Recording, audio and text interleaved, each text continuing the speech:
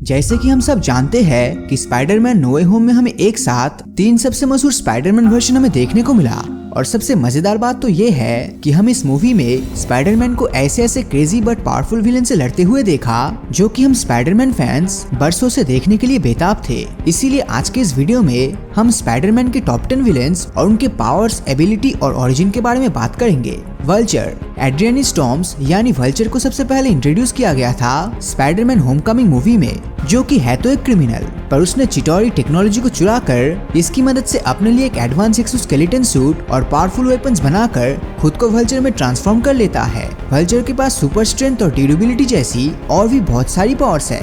इसी के साथ साथ सुपर विलन कैरेक्टर वल्चर बहुत ही इंटेलिजेंट भी है, जिस वजह से वो स्पाइडरमैन को बहुत बार कड़ी टक्कर भी दे सका।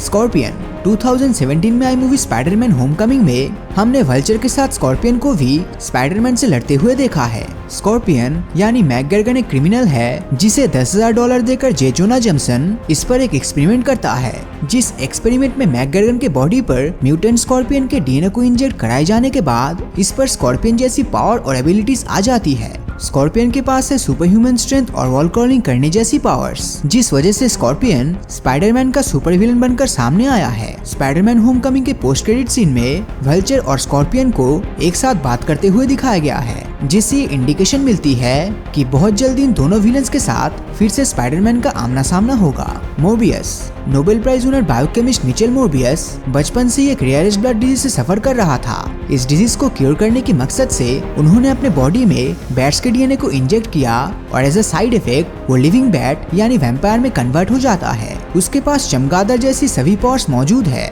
जैसे कि इकोलोकेशन या फिर रीजनरेटिंग हीलिंग पावर्स। साथ ही लिविंग वैम्पायर होने के कारण उसे ह्यूमन ब्लड की भूख है। यही वजह है कि मोरबियस को स्पाइडरमैन का सबसे डेडलीस्ट विलन कहा जाता है, जो स्पाइडरमैन के खून का प्यासा है। क्रेवेन द हंटर इस स्पाइडरमैन विलन के बारे में बहुत ही कम लोग जानते हैं, क्योंकि इसे अभी तक मूवीज में इंट्रोड्यूस नहीं किया गया है। मगर सोनी पिक्चर्स ने इस कैरेक्टर को लेकर एक मूवी बना रहा है, जो कि 2023 में रिलीज होगा।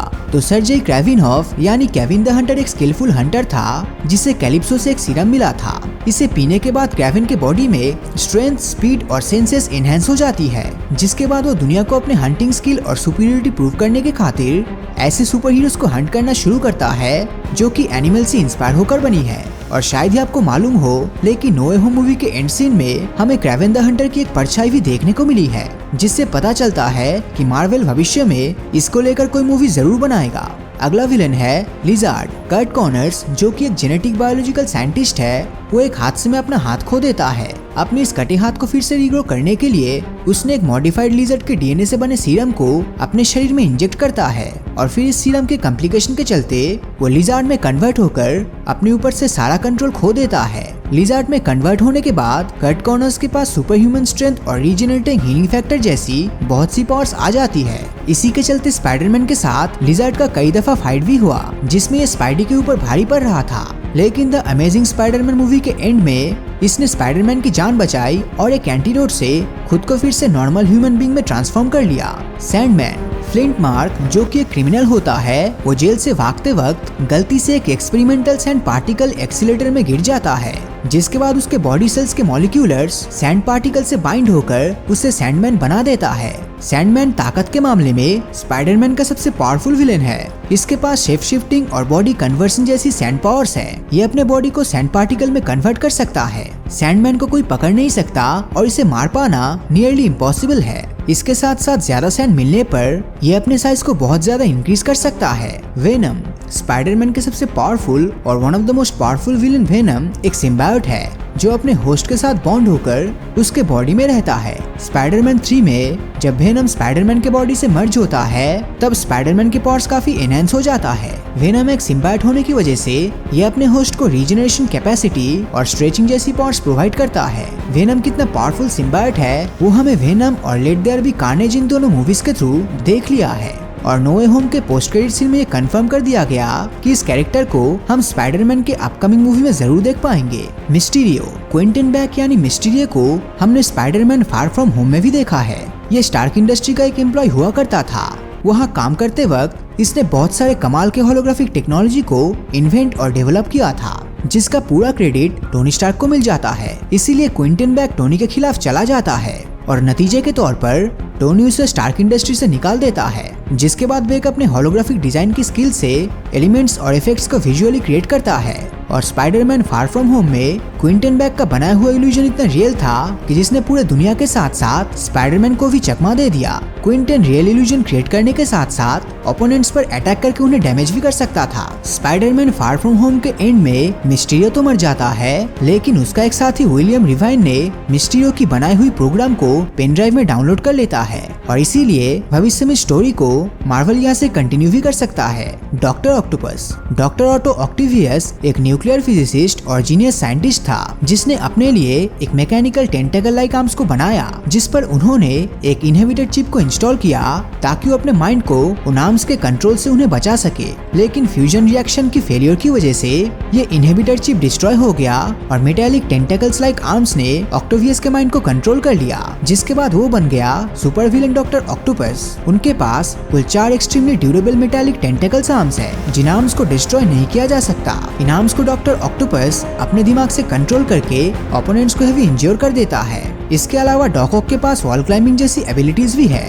इलेक्ट्रो। मैक्स डीलन ऑस्कॉर्प इंडस्ट्री का एक इलेक्ट्रिकल इंजीनियर था, जो एक ब्रोकन पावर लाइन को फिक्स करने के दौरान हाई वोल्टेज करंट का शिकार हुआ और सीधा जाकर एक इलेक्ट्रिकल फिश टैंक में जा गिरा, जिसके बाद वो सभी हिल्स ने मैक्स डीलन पर हमला किया।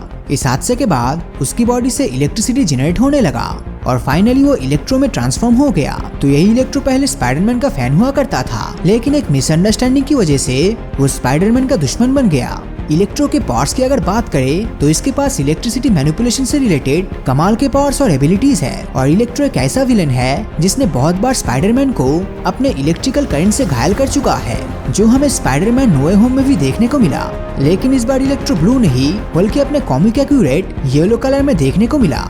सबसे आखिर में है ग्रीन गॉब्लिन। स्पाइडरमैन के most iconic villain green goblin यानी नॉर्मन ऑसबॉर्न ऑस्कॉर्प टेक्नोलॉजी के फाउंडर थे, जिन्होंने एक सुपर सोल्जर सीरम को एक्सपेरिमेंट के लिए अपने ऊपर ट्राई किया और इसके रिएक्शन से उन्हें कमाल का स्ट्रेंथ और स्टेमिना तो मिलता ही है, मगर एज अ साइड इफेक्ट वो मेंटली डिस्टर्ब्ड हो जाता है और ऑस्कॉर्प के एक साइंटिस्ट को मारकर उनके 2 ग्रेटेस्ट इन्वेंशन जेट ग्लाइडर और एक्सोस्केलेटन सूट को चुरा कर बन जाता है द ग्रीन गॉब्लिन। स्पाइडरमैन के सभी विलेंस में से जिन्होंने पीटर के लाइफ को सबसे ज्यादा डैमेज किया था, उसमें ग्रीन गॉब्लिन सबसे आगे है, क्योंकि अमेजिंग स्पाइडरमैन 2 मूवी में इसने स्पाइडरमैन को टॉर्चर करने के लिए उसके गर्लफ्रेंड ग्वेन स्टेसी को किडनैप करके उसे बहुत ही ऊंचाई से नीचे फेंक देता है। स्पाइडरमैन स्टेसी को बचाने की पूरी कोशिश तो करता है, मगर टाइमिंग की कमी के कारण ग्वेन स्टेसी को नहीं बचा पाता। इसके अलावा नो वे होम में गॉब्लिन ने पीटर कैंट को भी मार डाला। अगर देखा जाए तो नो वे होम मूवी का मेन विलेन भी ये ग्रीन गॉब्लिन ही है। तो दोस्तों, आपको इनमें से कौन सा विलन सबसे खतरनाक लगा, नीचे कमेंट करके जरूर बताना। और अगर ये वीडियो आपको अच्छा लगा हो तो इस वीडियो को लाइक और अपने दोस्तों के साथ शेयर करना मत भूलना। और अगर अभी तक आपने हमारे चैनल को सब्सक्राइब नहीं किया है तो सब्सक्राइब करके नोटिफिकेशन बेल को ऑन कर दीजिए, क्योंकि मैं ऐसी वीडियोस हर हफ्ते लाता रहता हूँ। तो मिलता हूँ आपसे अगले वीडियो में, और हमेशा की तरह थैंक्स फॉर वॉचिंग।